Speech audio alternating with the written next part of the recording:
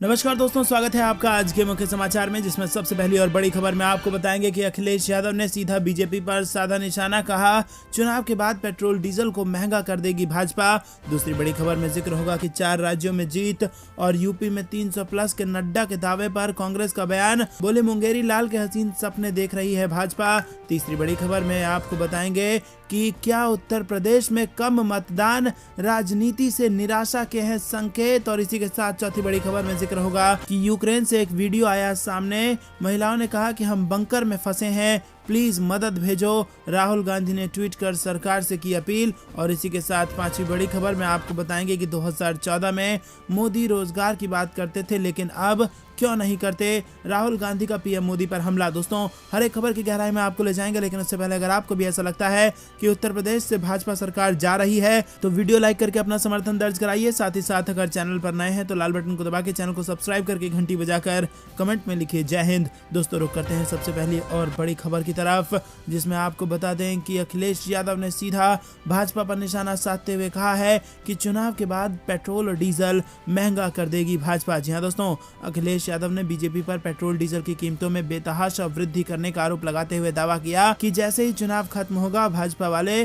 Diesel petrol को और महंगा कर देंगे। इसी के साथ सपा प्रमुख ने भाजपा को जमकर खड़ी खोटी सुनाई। अखिलेश यादव ने कहा कि जब ये बीजेपी वाले सरकार में आए तो इन्होंने पेट्रोल डीजल कितना महंगा कर दिया और हमारे गरीब भाइयों की गाड़ी भी नहीं चल पा रही है, किसानों का ट्रैक्टर नहीं चल पा रहा है। याद रखना, मैं कह कर जा रहा हूं और अखबार भी लिखने लगे हैं कि जैसे ही चुनाव खत्म होगा बीजेपी वाले 200 रुपए लीटर पेट्रोल बेचेंगे। बीजेपी वालों के बयान और व्यवहार से लग रहा है कि हार के डर से वो हिंसा पर उतर आए हैं और उनका व्यवहार अब कुश्ती में हार रहे पहलवान जैसा हो गया है। दोस्तों, रुक करते हैं अगली बड़ी खबर की तरफ। 4 राज्यों में जीत और यूपी में 300 प्लस के नड्डा के दावे पर कांग्रेस का बयान, बोली मुंगेरी लाल के हसीन सपने देख रही है भाजपा। जी हाँ दोस्तों, वरिष्ठ नेता और राज्यसभा में नेता विपक्ष मल्लिकार्जुन खड़गे ने भाजपा अध्यक्ष जेपी नड्डा के बयान पर तीखी प्रतिक्रिया दी है। नड्डा के दिए गए इंटरव्यू में उन्होंने कहा था कि 5 में से 4 राज्यों में भाजपा फिर से वापसी करने जा रही है। यूपी में भाजपा की सीटें इस बार 300 प्लस रहेंगी। इस पर मल्लिकार्जुन खड़गे ने कहा कि बीजेपी मुंगेरी लाल के हसीन सपने देख रही है। 10 मार्च को चुनाव नतीजे आने पर बीजेपी को असलियत पता चल जाएगी। खड़गे ने प्रियंका गांधी और महाराष्ट्र में ईडी की कार्रवाई को लेकर नड्डा के बयान का भी जवाब दिया। दोस्तों, रुक करते हैं अगली बड़ी खबर की तरफ। क्या उत्तर प्रदेश में कम मतदान राजनीति से निराशा के हैं संकेत। दोस्तों, आपको बता दें कि चौथे चरण में भी कम मतदान का ट्रेंड जारी रहा।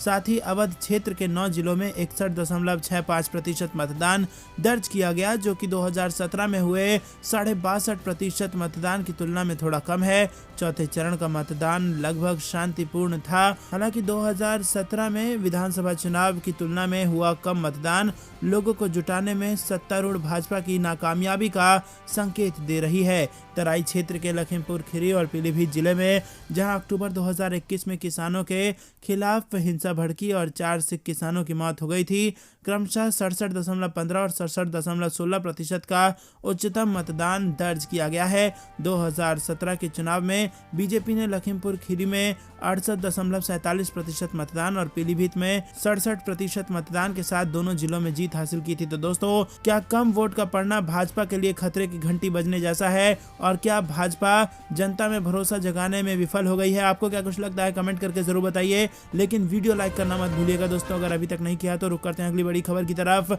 जो कि यूक्रेन से आ रही है। यूक्रेन से सामने आया है एक वीडियो और उसमें महिलाएं कह रही हैं कि हम बंकर में फंसे हैं, प्लीज मदद भेजो। तो राहुल गांधी ने ट्वीट कर सरकार से कर दी है ये अपील। जी हाँ दोस्तों, दरअसल दोस्तों यूक्रेन पर रूस के हमले और भी ज्यादा तेज हो गए हैं और राजधानी पर कब्जे के लिए पुतिन की सेना चौतरफा आक्रमण कर रही है। इस बीच यूक्रेन से एक वीडियो सामने आया है और ये वीडियो यूक्रेन में फंसी भारतीय छात्रा का है, जिसमें छात्रा भारत सरकार से मदद के लिए भावुक अपील कर रही है। वीडियो में छात्रा अपना नाम मेघना बताती है और वो कहती है कि वो बेंगलुरु की रहने वाली है और भारत सरकार से अपील करते हुए मेघना कहती है कि पूरे यूक्रेन में भारतीय छात्र फंसे हुए हैं। वो पिछले 24 घंटे से बिना खाना पानी के रहने को मजबूर हैं। आगे कहती है कि हमारे लिए कोई स्पेशल फ्लाइट की व्यवस्था नहीं की गई है, हम यहाँ बंकर में रहने को मजबूर हैं और यहाँ यहाँ रहना बहुत ही कठिन है, सांस लेने तक में परेशानी हो रही है। हमारी विनती है कि कृपया जितनी जल्दी हो सके हमारी मदद करिए। इसके बाद मेघना का भाई बोलता है कि मेरी बहन को वापस निकालने के लिए मदद करिए, वो यूक्रेन में फंसी हुई है, क्या आप मेरी मदद कर सकते हैं। तो दोस्तों यहाँ पर आपको बता दें कि भावुक अपील की है भारतीय छात्रा ने यूक्रेन से। सांस लेने तक में छात्राओं को दिक्कत हो रही है और इसीलिए अपील की गई है कि भारत सरकार उनकी मदद करे। और इसी को राहुल गांधी ने ट्वीट किया है। इस वीडियो को कांग्रेस नेता राहुल गांधी ने ट्वीट करके कहा कि बंकर से भारतीय छात्रों का यह दृश्य परेशान करने वाला है। कई लोग यूक्रेन पर हमले में फंस गए हैं और उन्होंने भारत सरकार से अपील की है कि जल्द से जल्द भारतीय नागरिकों को यूक्रेन से निकाला जाए। रुक करते हैं अगली बड़ी खबर की तरफ। 2014 में मोदी रोजगार की बात किया करते थे, लेकिन अब क्यों नहीं करते। राहुल गांधी का पीएम मोदी पर हमला। जी हां दोस्तों, उत्तर प्रदेश विधानसभा चुनाव के 4 चरण का मतदान संपन्न हो चुका है। अब सभी दल 5वें चरण में पूरी ताकत के साथ जुटे हुए हैं। शुक्रवार को कांग्रेस के पूर्व राष्ट्रीय अध्यक्ष राहुल गांधी अमेठी और प्रयागराज पहुंचे और जनसभाओं को संबोधित किया। इस दौरान उन्होंने कहा कि 2014 में पूरे देश और पूरे उत्तर प्रदेश में नरेंद्र मोदी भाषण करते थे और कहते थे कि रोजगार देंगे, किसी को मिला क्या। वो कहते हैं कि 70 साल में कुछ नहीं हुआ, राष्ट्रीय राजमार्ग बने, रेल लाइनें बिछ गई, ये सब किसने किया, ये कांग्रेस ने किया। राहुल गांधी ने कहा कि पीएम मोदी अब अपने भाषणों में रोजगार की बात करते भी नहीं। अब वो यूपी आते हैं तो यूपी के युवाओं से ये क्यों नहीं कहते कि आपको रोजगार देने जा रहा हूँ। रोजगार दिलाने वाले संस्था बेच रहे हैं तो रोजगार की बात कैसे करेंगे। उन्होंने कहा कि पीएम मोदी ने किसानों से वादा किया था कि आमदनी दोगुनी कर दूंगा, फिर 3 काले कानून ला दिए।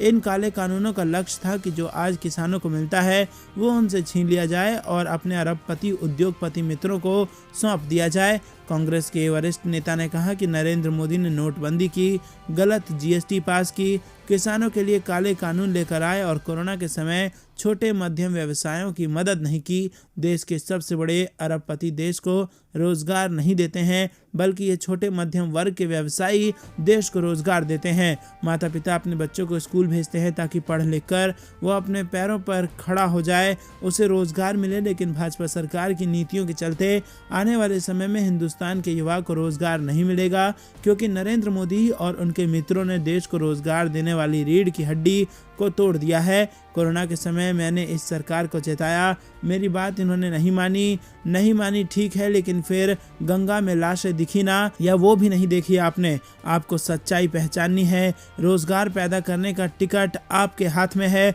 पोलिंग बूथ पर जाकर जब आप बटन दबाते हो तो वो रोजगार का टिकट है। आप कभी धर्म के नाम पर, कभी जाति के नाम पर वोट देते हो, मगर अपने भविष्य के नाम पर वोट नहीं डालते। तो दोस्तों, क्या इस बार उत्तर प्रदेश की जनता और 5 राज्यों में जो चुनाव हो रही है वहां की जनता भविष्य के नाम पर वोट डाल पाएंगे, हाँ या ना में अपनी राय बताइए। रुक करते हैं अगली बड़ी खबर की तरफ। भाजपा में जबरदस्त हड़कंप। उत्तराखंड में महामंडलेश्वर ने नड्डा को लिखा गैर जिम्मेदार, दिखे पार्टी के जिम्मेदार। जी हाँ दोस्तों, आपको बता दें कि उत्तराखंड में भाजपा के भीतर कलह सामने आने के बाद जीवन दीप आश्रम के महामंडलेश्वर स्वामी यतीन्द्रानंद गिरी के एक पत्र के कारण प्रांत की राजनीति में हड़कंप मचा हुआ है। बीजेपी के राष्ट्रीय अध्यक्ष जेपी नड्डा को एक पत्र लिखकर गिरी ने कहा कि इस बार चुनावों में कुप्रबंधन के कारण हो सकता है कि चुनाव के नतीजे पार्टी की उम्मीदों के खिलाफ जाएं। आगामी 10 मार्च को मतगणना के बाद चुनाव के नतीजे साफ होंगे। इससे पहले ही गिरी ने इस चिट्ठी को एक कॉपी केंद्रीय गृह मंत्री अमित शाह और राष्ट्रीय संगठन मंत्री को भी भेज दी है। पिछले दिनों कुछ विधायकों के भीतरघात संबंधी आरोपों के बाद महामंडलेश्वर के इस पत्र से भाजपा के भीतर एक बार फिर हड़कंप मच गया है। 2009 में हरिद्वार सीट से लोकसभा को चुनाव लड़ चुके गिरी ने कहा कि 2009 चुनाव में इसी तरह का कुप्रबंधन देखने को मिला था। दोस्तों, रुक करते हैं अगली बड़ी खबर की तरफ। बीजेपी की खटिया खड़ी है और बिस्तर गोल हो रहा है। कुशीनगर में स्वामी प्रसाद मौर्य का भाजपा पर हमला। जी हाँ दोस्तों, उत्तर प्रदेश में 27 फरवरी को 5वें चरण की वोटिंग होनी है और इसीलिए सभी दल चुनाव प्रचार में जुट गए हैं। योगी सरकार में कैबिनेट मंत्री रहे कुशीनगर के फाजिल नगर से सपा प्रत्याशी स्वामी प्रसाद मौर्य ने अपने विधानसभा के ठाड़ीभार में जनसभा को संबोधित किया। इस दौरान वो योगी सरकार पर जमकर बरसे। केंद्र और यूपी सरकार पर हमलावर स्वामी प्रसाद मौर्य ने भाजपा पर दोहरा चरित्र की पार्टी होने का आरोप लगाया। उन्होंने कहा कि बीजेपी बीजेपी जो भी कहती है उसका उल्टा ही करती है। स्वामी प्रसाद मौर्य ने तंज कसते हुए कहा कि बीजेपी ने सबका साथ, सबका विकास और सबका विश्वास का नारा दिया था। उन्होंने कहा कि जिसने भी अखिलेश यादव ने किया 2 मुफ्त सिलेंडर का वादा, डिम्पल यादव ने कर दिया इसमें इजाफा। जी हाँ दोस्तों, उत्तर प्रदेश विधानसभा चुनाव में जीत हासिल करने के लिए भारतीय जनता पार्टी और समाजवादी पार्टी ने पूरा जोर लगा दिया है। सपा के लिए समर्थन जुटाने को शुक्रवार को अखिलेश यादव की पत्नी और पूर्व सांसद डिम्पल यादव भी मैदान में उतरी। उप मुख्यमंत्री केशव प्रसाद मौर्य के खिलाफ सिराथू में अपना दल की प्रत्याशी पल्लवी पटेल के लिए प्रचार करते हुए डिम्पल यादव ने भरोसा दिलाया कि सपा की सरकार बनने पर महिला सुरक्षा पर विशेष ध्यान दिया जाएगा। डिम्पल यादव ने प्रचार के दौरान रसोई गैस की महंगाई को लेकर बीजेपी सरकार पर निशाना साधा। उन्होंने ये भी कहा कि सपा की सरकार बनने पर हर महिला को 3 सिलेंडर मुफ्त दिया जाएगा। हालांकि सपा की घोषणा पत्र में हर बीपीएल परिवार को साल में 2 मुफ्त सिलेंडर देने का वादा किया गया है। डिम्पल यादव ने सपा के वादे गिनाते हुए कहा कि साल में 3 सिलेंडर महिलाओं को मुफ्त दिए जाएंगे। तो दोस्तों, अखिलेश यादव ने 2 का वादा किया था, लेकिन डिम्पल यादव ने 3 सिलेंडर का वादा कर दिया है। तो दोस्तों, अगर आप भी डिम्पल यादव के इस फैसले से खुश हैं और वीडियो अभी तक लाइक नहीं किया तो लाइक जरूर